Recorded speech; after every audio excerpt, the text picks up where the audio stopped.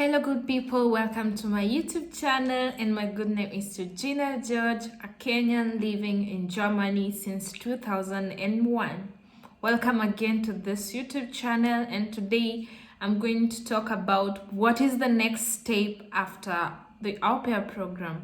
What comes next? How do you extend your stay in Germany for another year or more years? Or what is your plan after the AUPAIR program? Let's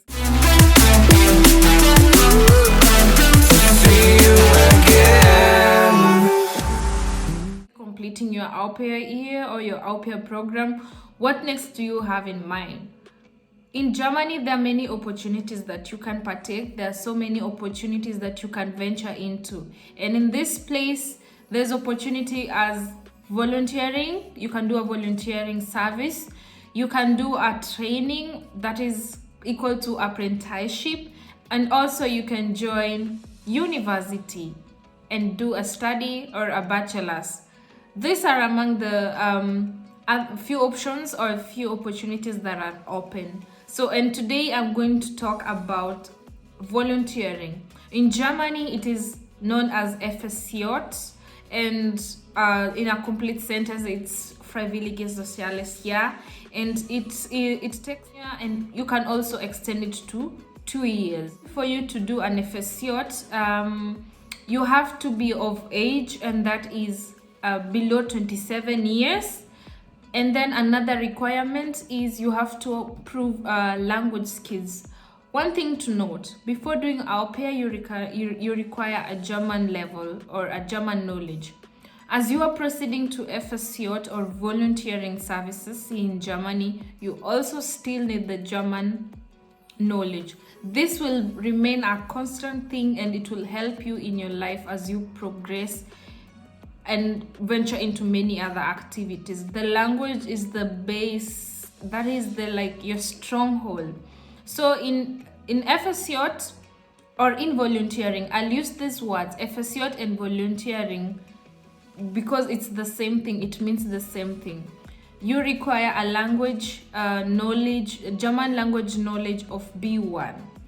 No point to note, if you're coming from your homeland, for example, if you're coming from Kenya, B1 is a requirement at the embassy, and also B1 is also a requirement in some organizations.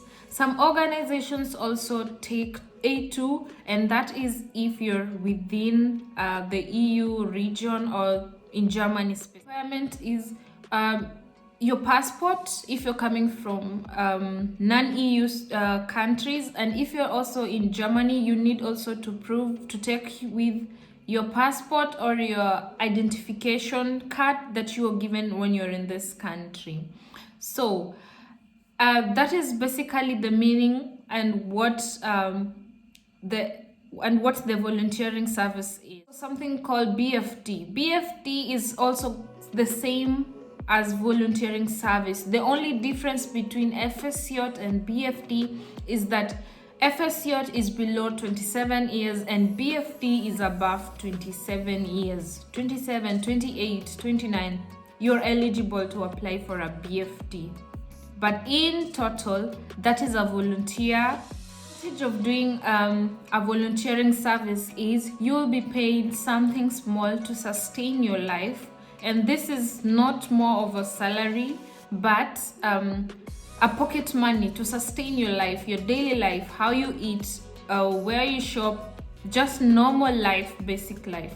Another advantage is you volunteering in this space of work. It's preparing you for future work environment. You get to integrate with people, but this time not in a home setup, rather than in an employment setup, and you get to learn about things that interest you. If this direction of work is something that interests you and you would like to go ahead and study it and be fully qualified to do it, that's one other opportunity. You get to see the working environment and how to work as a team as well, which is very important, because in a home setup, I feel like you're speaking basic German, but if you're in an employment setup, you get to learn the hard German, I can say so, but the the grammar is different, the vocabulary are different. It's a working environment. It's more of a formal setup, and this will be very of a very good help to you. Another advantage is that most fSJ places, most volunteering places will offer you accommodation, and you'll be able to pay them from something that you earn, but it won't be very expensive, but affordable for you. Places don't offer you accommodation, but if you're coming from just finishing your au pair and you don't know where to start, living alone is very expensive. Finding an apartment, it's very expensive. I'll kindly advise you to look for places that offer accommodation for it to be a bit easy for you to deal with the paperwork, and also the rent, the rent, because it's very, very expensive to live on your own. Is that they will pay for your health insurance. It's catered for from the organization that has taken you in or has given you the opportunity to volunteer.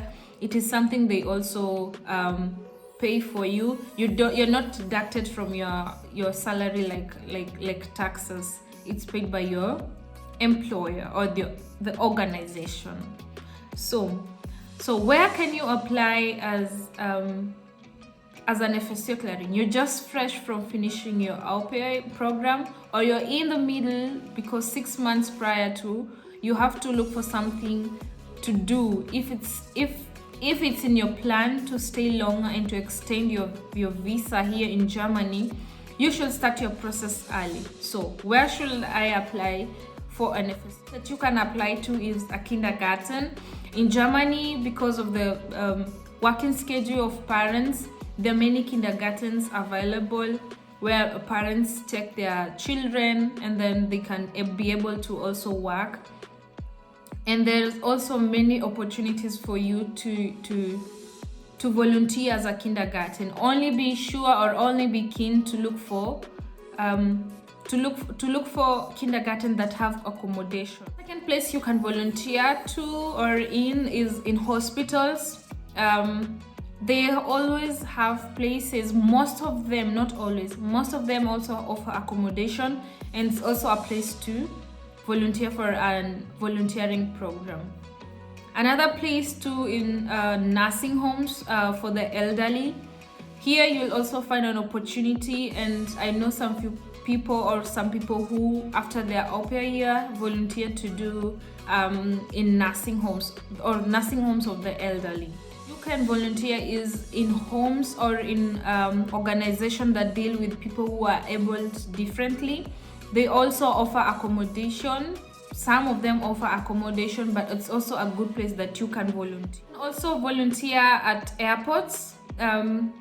This goes by, you really have to dig deep and do research about it and find something that interests you. And if working in an airport or big airports is something that interests you, they also offer volunteering services in these places, and you can also check them out. A place that you will go and see how life works out and the career path that you want to take. If it's something that doesn't interest you in this place that you are, take time to do more research about it, and always ask questions, always do research, and you will find definitely that's something that is interesting to you, and go for it. That's the only thing Another place you can volunteer is museums.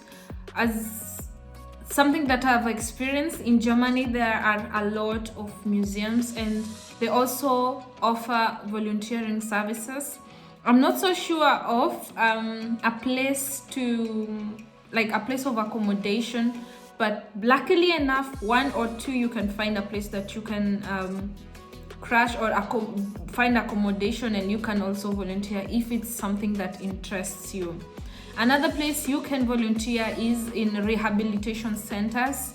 There are places all over Germany that do rehabilitation sorry, and it's also a good opportunity to volunteer. You just need to do more research, and for you to get concrete information, you have to do these things early, like after your in your AUPAIR program here, in between, after 6 months, keep on searching, keep asking, find people who have gone through the similar situation or followed a career path that is close something to which interests you, and listen. And also, even after listening, because I know everyone has their own experience, do research about it, and definitely you'll find something that fits you perfectly. And this is like risky situation. Try until you know, yeah, it went through or it did not. Make sure as you are looking for these opportunities, it is something that is leading you to something or paving way for you to find something that is close to your heart that you'll want to do as a career. And also of importance is to find a contract, because at the end of it all, you need all this information to send them to the embassy. And this is the contract, proof of certificate language or proof of German knowledge, B1 at least, especially if you're coming from outside the Germany. If you're in Germany, luckily enough, A2. And if you have to prove yourself that in that interview you can really speak well in German or communicate, and also understand. Another thing that you'll be needed to send is proof of accommodation.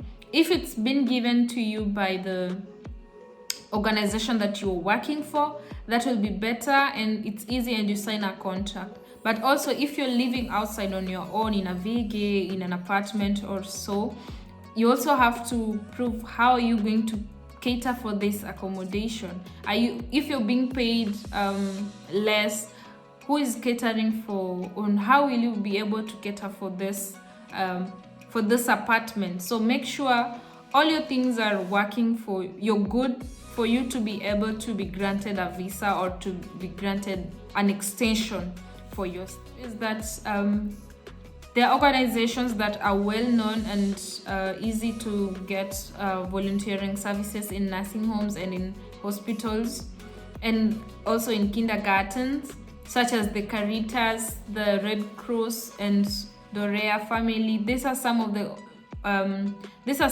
organizations that also offer. Thank you guys for watching this video. And as I was talking about volunteering services or volunteering opportunities in Germany, I hope it was helpful. And if you have any other questions, you can comment down below, and we can get in about it and answer those questions that you have. Share my video, like my video, and don't forget to subscribe, because it's totally free. And also, if you're interested to know more about any other topic, feel free to tell me, and I will prepare a video and talk more about it. Thank you for watching. See you on another one. Bye.